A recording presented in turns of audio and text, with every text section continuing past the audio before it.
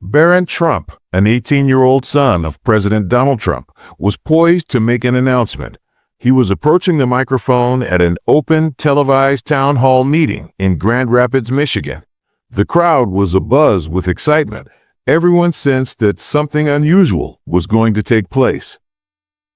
Barron wasn't merely entering the limelight. He was poised to take on Congresswoman Jasmine Crockett, a determined crusader and a former public defender. But what he didn't realize was that he was going to be confronted with something much mightier than an instantaneous comeback. The show was live, coast to coast, with a lineup of lawmakers and young leaders from across the nation.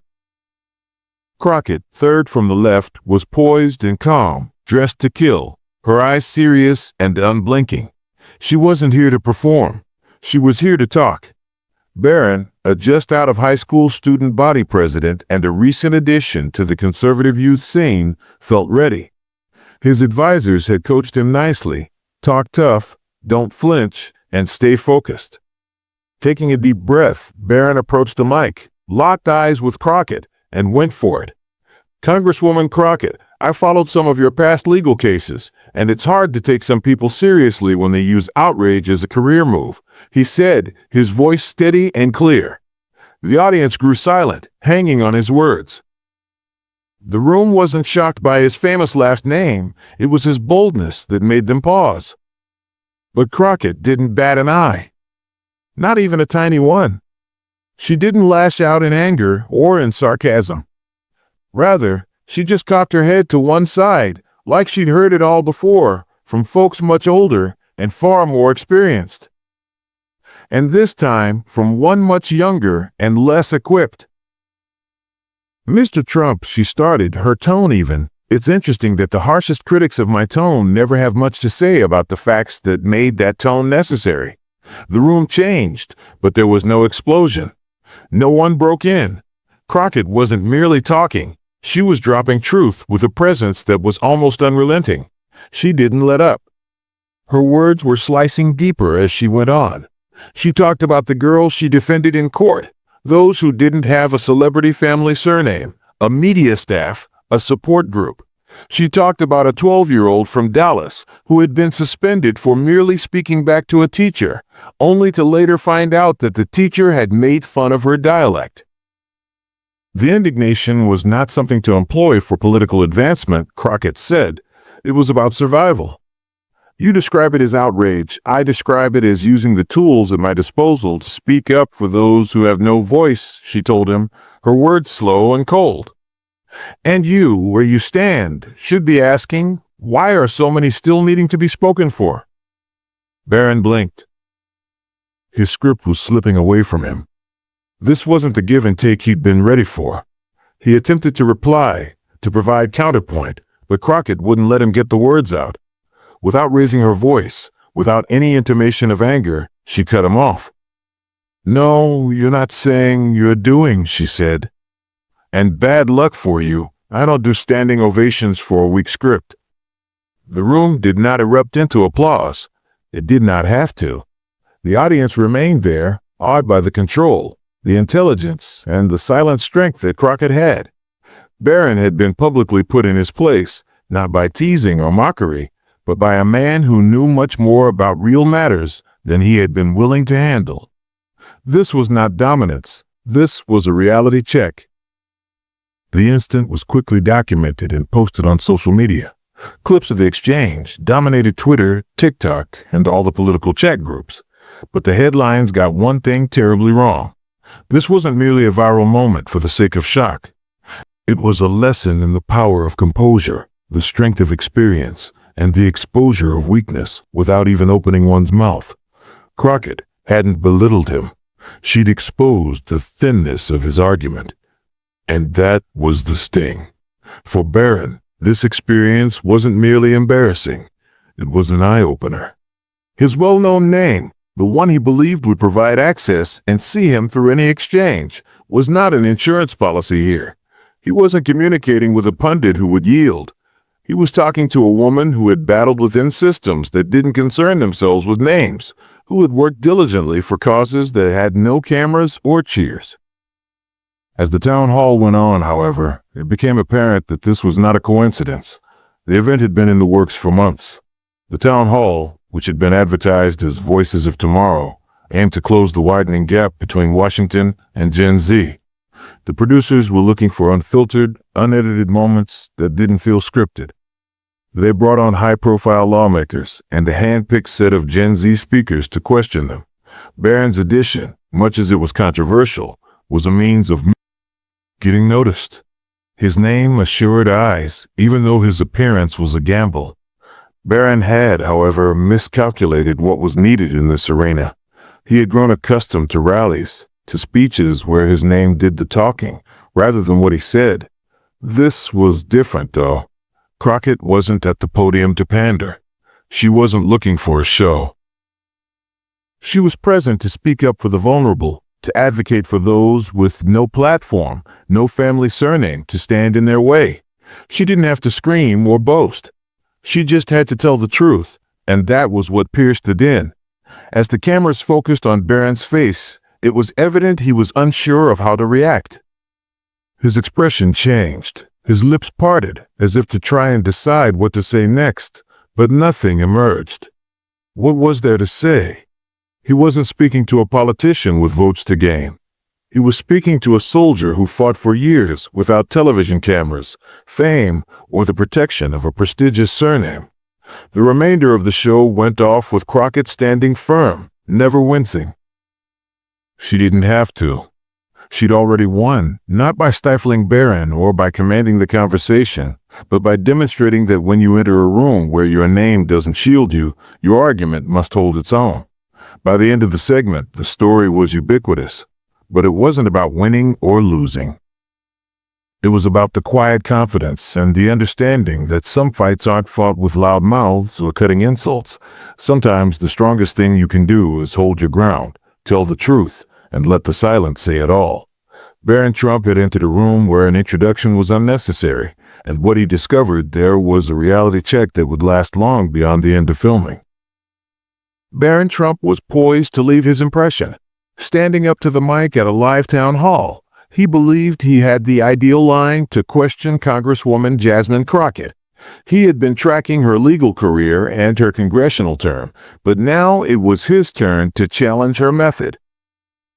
"Don't you believe there's a distinction between fighting for justice and becoming hooked on conflict?" he asked firmly. "Sometimes it seems like you're more concerned about being loud rather than right." He stopped, hanging on the words as if he was waiting for a soundbite to go viral. They had rehearsed this moment with him, cut it to the point, make it memorable, make them hear. The crowd didn't gasp, but they shifted subtly in the room. Barron imagined that he'd got it right, the smug look on his face informing that he thought he'd won the moment. But then what did occur was the last thing he anticipated. Instead of shouting, Crockett simply stared. There was no outrage in her eyes, no sarcasm or yell. There was something more. Disappointment. It was the type of stare a teacher would give to a student who's attempting to impress rather than be prepared. Barron was frozen, not knowing what was going to happen next. "Barron," Crockett replied, her voice even and plain. "No titles, no formality. The issue with talking before you live is that you mix up volume with vision." That was all. No shouting, no finger wagging, just raw, quiet truth. Barron blinked, attempting to get back on his feet, but Crockett was not finished. She leaned in close, her eyes fixed on him. "You believe this is about shouting?" she inquired, her tone steady and biting. "Let me tell you something." She spoke softly, but her words were a wound. "I sat across from judges during my days as a practicing lawyer who informed black girls that they were too emotional for crying after they'd been attacked. I've been in courtrooms where silence was wielded as a weapon against justice. The room was silent. Barron was taken aback. He didn't say anything right away. He stood there, unsure. Crockett went on, her voice steady. "You've had the luxury of living in a world that gives you the benefit of the doubt before you say a word. Most of the folks I fight for don't even get the benefit of being heard." Barron, visibly shaken, attempted to reply, but Crockett wasn't finished. "When you describe it as outrage," she responded, I hear you making me uncomfortable by refusing to shrink. And I'm not shrinking. The audience shifted. One man released a quiet hum. It wasn't derisive, but a reaction. Barron's cocky stance began to crumble. He'd been trained for a debate, for a snappy comeback, for a soundbite moment, but this wasn't that. This was actual. Crockett wasn't simply standing up for herself. She was instructing him in something he hadn't anticipated learning. Barron finally spoke rigidly.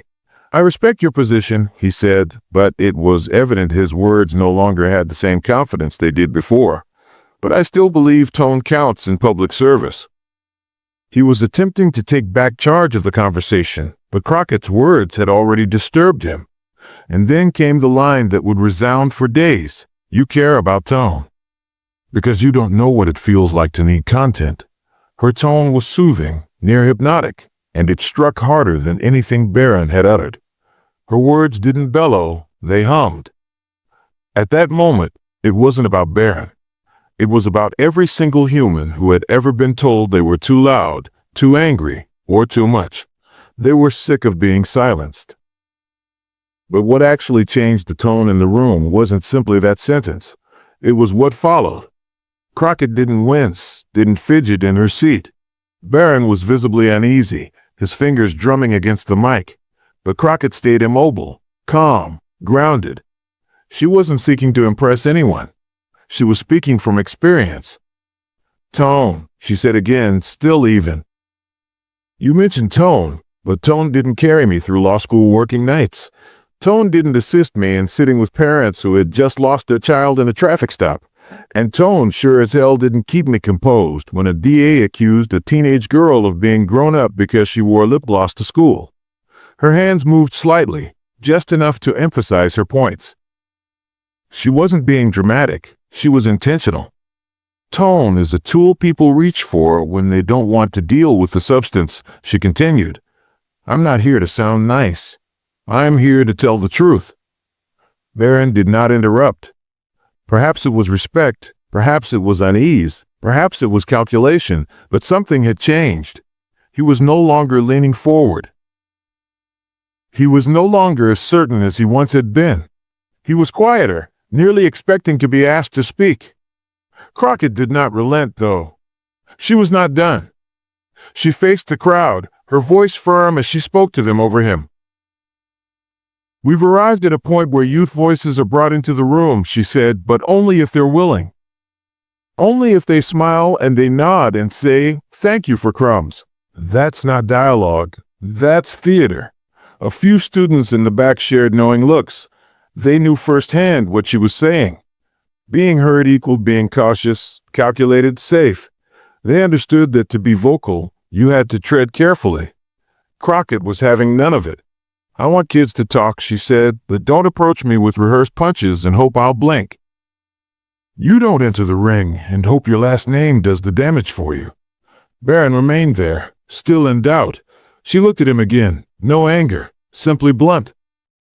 I've buried friends due to broken systems. You've been on the covers of magazines for being tall. The room was quiet again. Not applause. Silence. The kind of silence that spoke of people listening too hard, so hard not to react. Barron's face reflected the impact of her words. The line had landed, and this was not just about him anymore. This was about all of those who had ever been told they didn't matter. Barron at last spoke. I think I see your point. His tone was gentler, the words suspended between acceptance and withdrawal. She had made her point. You don't have to agree with me, she said softly. But if you're going to be here, really here, bring something real. Not rehearsed. For the first time that night, Barron didn't appear as much of a speaker, but rather as a student. He was silent, computing what Crockett had presented to him. Jasmine did not gloat, though. She just clasped her hands and awaited the next question. The quiet in the room was not about Barron's loss. It was about the fact that sometimes it's not how loud you yell that matters, but how much you lived. What Crockett said had an impact because she wasn't reading from a page. She was reading from experience. The moderator attempted to turn things around, but the room didn't budge. It wasn't balanced. The audience wasn't unruly, but they were invested. Eyes were on Barron. Eyes were on Crockett. And as the discussion progressed, the tension remained fixed in that place, a place where the power of words, not decibel, altered everything. And then, without pause, Crockett started setting out her record. "I didn't always work in Congress," she said matter-of-factly. "I worked 12 years representing people no one ever wanted to hear from." The room fell silent once more, and Barron, finally, said nothing. He had no more to say. Barron Trump believed he was ready. He had a plan, a question to pose that would provide him with the viral moment that he sought. Standing at the podium, he looked over at Congresswoman Jasmine Crockett and declared, "I read your legal career and your stint in Congress, but don't you think there's a difference between being a warrior for justice and being conflict addicted? Sometimes it seems like you are more interested in being loud than being right." He stopped, allowing his words to sink in. The room fell silent, and Barron felt this was his time. His team had likely prepared him to make a comment that would elicit some kind of reaction. The tone, the smirk, the arrogance. He believed he was going to win this round. But the war was only just starting. Instead of jumping to reply, Crockett just looked at him. No anger, no defense, just a gaze that was steady and unblinking.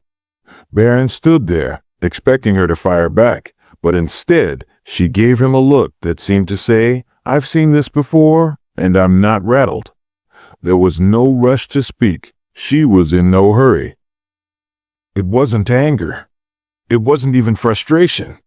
It was the calm that comes with experience, with knowing exactly what's important and what isn't. "Barron," she began, her words soft and firm. "The danger of talking before you live is that you get volume confused with vision." It was not a yell or an insult. It was simply stated in a steady and unshakable calm.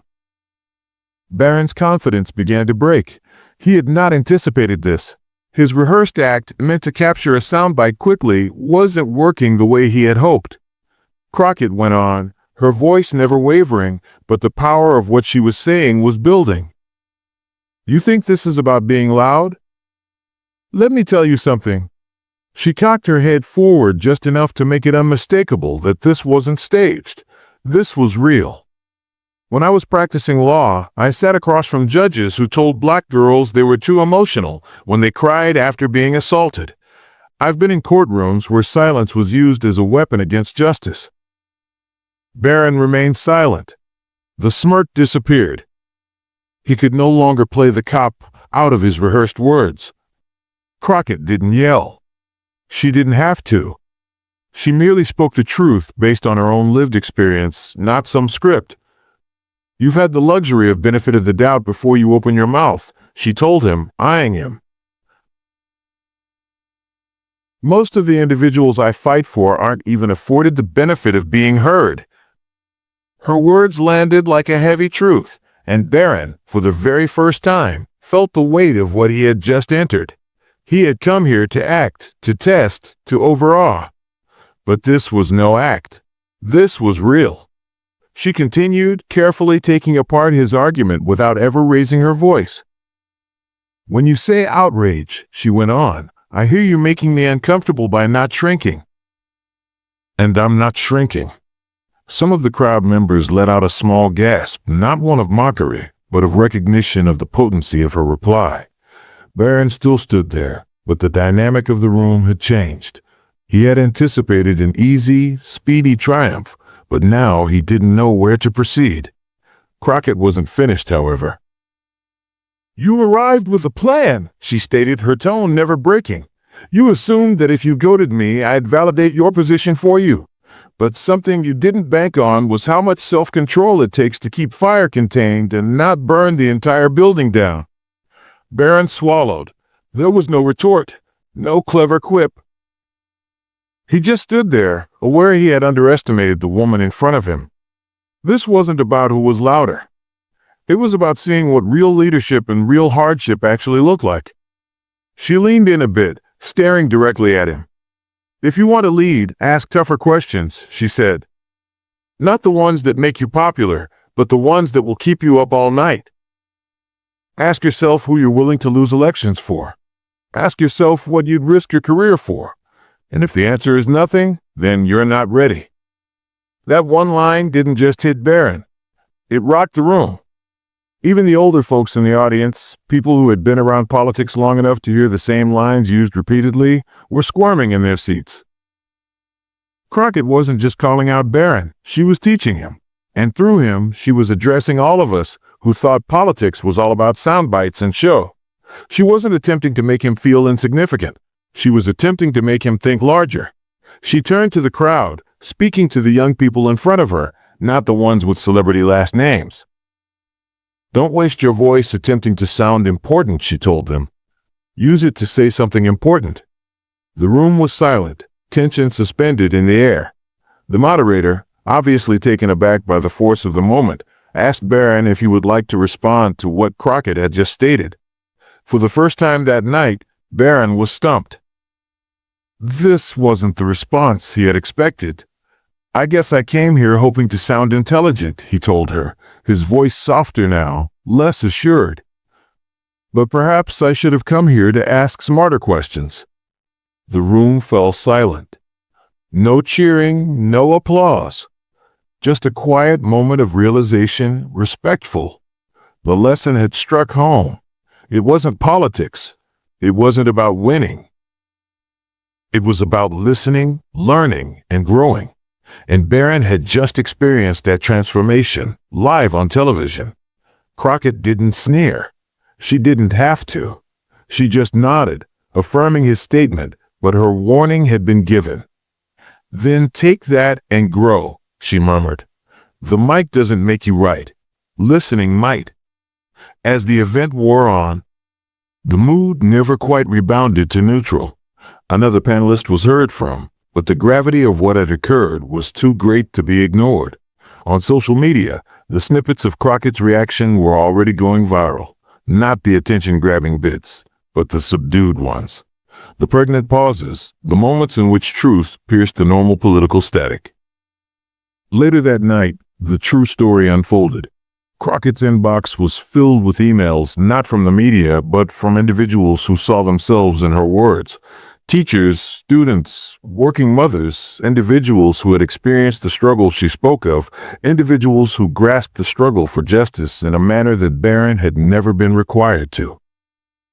And though the world would soon turn its attention elsewhere, Crockett's message would remain.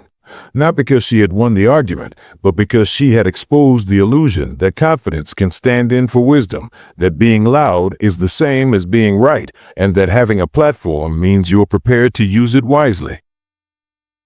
It was a turning point for Barron, a moment at which the performative aspect of politics intersected with reality of what it is to struggle for something true. As he stood there, his body tense.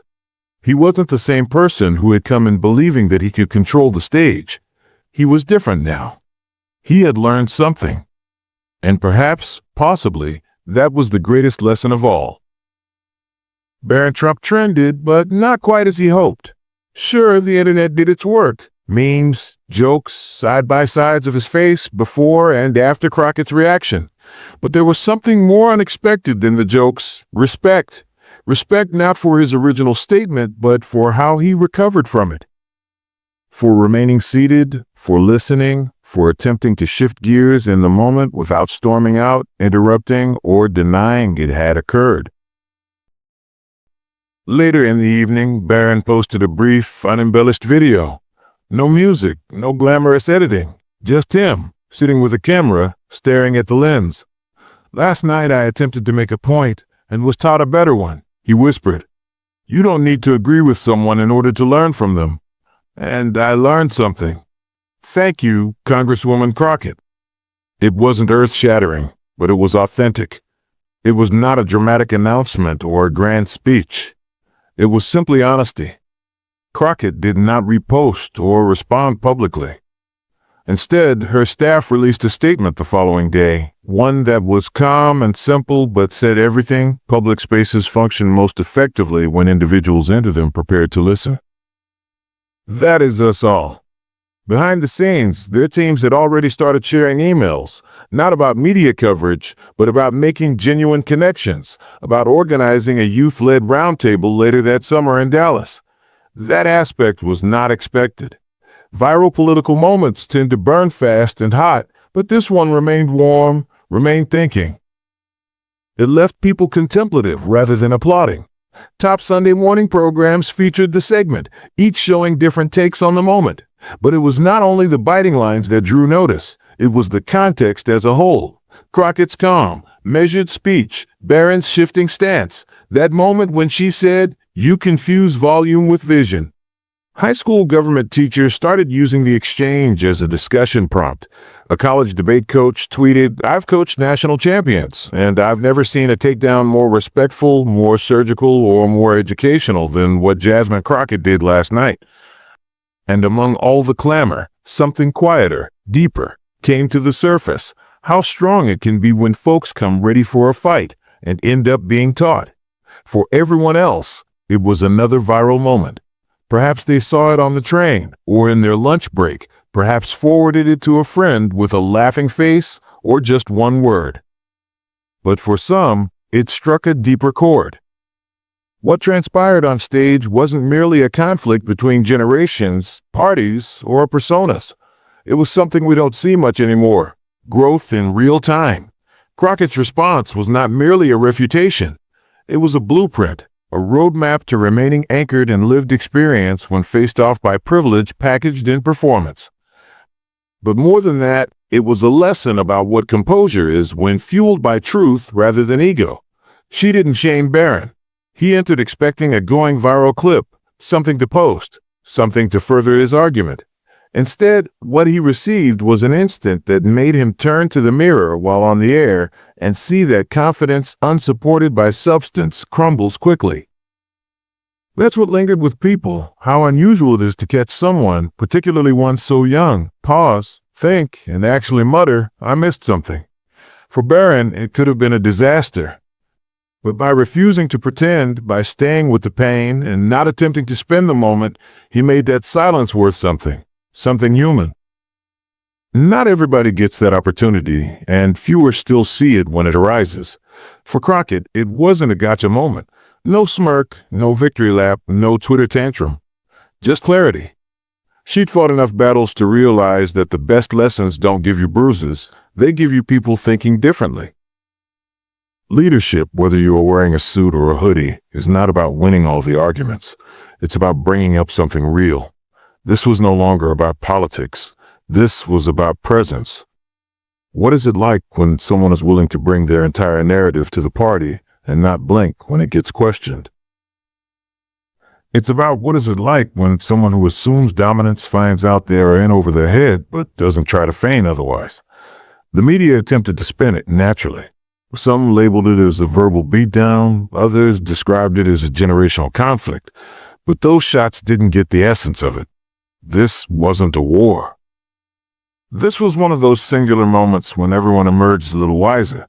Two individuals from wholly different worlds were able to share a moment that wasn't scripted, wasn't politically tidy, but it was authentic. One spoke from wounds, the other listened. Perhaps that is the takeaway. You can enter a room feeling as if you are smarter than you actually are, provided you can exit a little quieter, a little smarter. One exchange isn't going to solve the world. It won't bridge the gaps, mend the policies, or undo decades of mistrust. But it can sow something, a question, a change, a seed. In an era where everything seems to be a competition, even our conversations, this one was something we've nearly forgotten how to do. Hear the other person, at least for a moment. So the next time you enter a room prepared to win, ask yourself what you're really showing up for. What went down that night wasn't. Groundbreaking. There were no blowouts, no exoduses, no sobbing speeches. But that's why it was more important. It didn't require theatrics. It was true.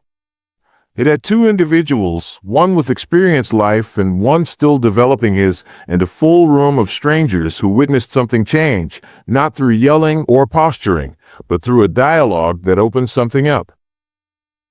We don't get many of those moments these days. Most of what we have, particularly in politics, is din.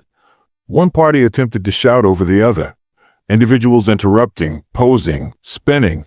But this wasn't that. This was one person standing on all she had lived, and another noticing that living through something reshapes the way you speak. You might sense the stakes in Crockett's tone, not because she raised it, but because she didn't have to. She had facts, cases, names, things that don't qualify for bumper stickers. And you might sense Barron trying not to win, but to get it. That part, him slowing down, not walking away, that's where the real transformation took place. See, this was never about creating a hero of one and a villain of the other. It was about the pause. The pause when a young man, born to privilege and power, stood in front of someone who had to fight for every space she's ever walked in, and had to understand he had something to learn that he hadn't yet realized. That pause, that breath, that was stronger than any trending line. Perhaps that's the lesson. We're not supposed to be right in every argument. Sometimes we're supposed to lose a bit of pride to find a bit of perspective. The best thing you can do with a microphone isn't defend yourself, but say you didn't get it right. And perhaps that's where leadership begins, not with a platform or a speech or a surname, but with the capacity for listening when fighting would be more convenient, for remaining seated when your pride is demanding you stand and walk out, for uttering, "I see, I missed something," and meaning it. Jasmine Crockett reminded us that sometimes strength is not the loudest voice in the room, and Barron Trump, unexpectedly, taught us that listening is a form of courage, particularly when everybody's looking. That town hall didn't fix everything in one night, but it did give us a glimpse of what could be if more of us came to conversations ready to be altered, not merely heard. That's something we can all carry with us. So here's the question. When did you last listen? Not to respond, but to learn. When did you last sit in your uneasiness long enough to hear what it was trying to teach you? Think about that. And if this tale resonated with you, if it caused you to stop or consider things slightly differently, don't let it stop here. Pass it on. Discuss it. Ask more questions. Listen more. And above all, remember this. You don't have to win the room to leave an imprint on it. You simply need to arrive with something authentic. If you see value in this story, be sure to subscribe for more. We tell stories that linger, because sometimes the quietest moments speak the loudest.